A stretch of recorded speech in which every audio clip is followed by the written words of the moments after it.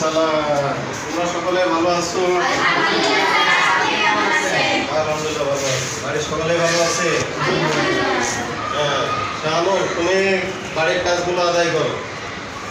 তাহলে আজকে আবহাওয়া মোটামুটি ভালোই আছে, তাই না? আমি যদি তোমাদের আমি একটা গল্প শোনাই তাহলে বিষয়টা কেমন হয় বলো? খুব ভালো হয়, তাই না?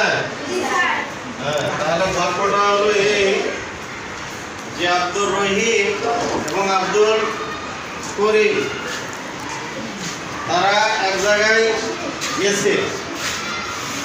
যাওয়ার পরে এখন আব্দুর রহিম বলছে যে আমি একটা সিগারেট খাবো।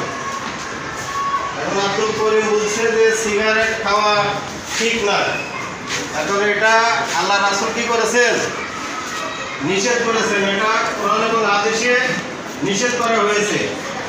তখন বললো যে এটা কোরআন হাদিসে স্পষ্ট দলিল আছে কি?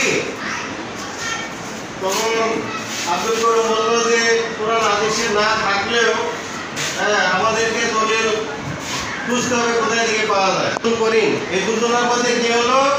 একটা মতবিরোধ হলো। তখন এই সমাধানটা কোথায় পাওয়া যাবে?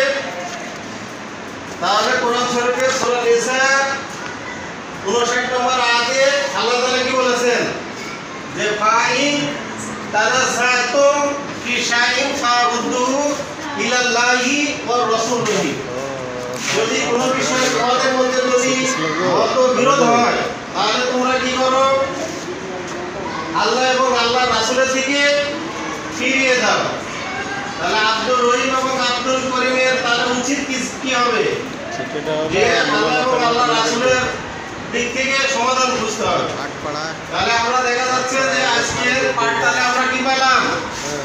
যে ফাইন তানাজাতুম ফি শাইইন ফারুদ্দুহু ইলাল্লাহি ওয়া রাসূলিহি।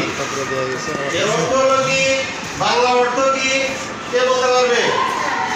আচ্ছা বলো, তুমি বলো। আর যদি তোমরা কোনো বিষয়ে মতবিরোধ করো তবে আল্লাহ ও এবং রাসূলের দিকে ফিরিয়ে দাও। হ্যাঁ, তাহলে যদি তোমাদের কোনো বিষয়ে মতবিরোধ হয় তবে আল্লাহ এবং আল্লাহ রাসূলের দিকে ফিরে দাও। তাহলে আল্লাহর দিকে ফিরে যাওয়া মানে অর্থ হলো যে আল্লাহর কিতাবের দিকে ফিরে দেওয়া। আর রাসূল সাল্লাল্লাহু আলাইহি সাল্লামের দিকে ফিরে দেওয়ার অর্থ হলো আর সুন্নাহর দিকে ফিরে যাওয়া। সুন্নাহর দিকে বসো। তাহলে আমরা তো বুঝতে পারলাম যে আয়াতের অর্থ কোনো বিষয়ে সমস্যা হলে আমরা কোথায় সমাধান করব। কিতাবুল্লাহ আল্লাহ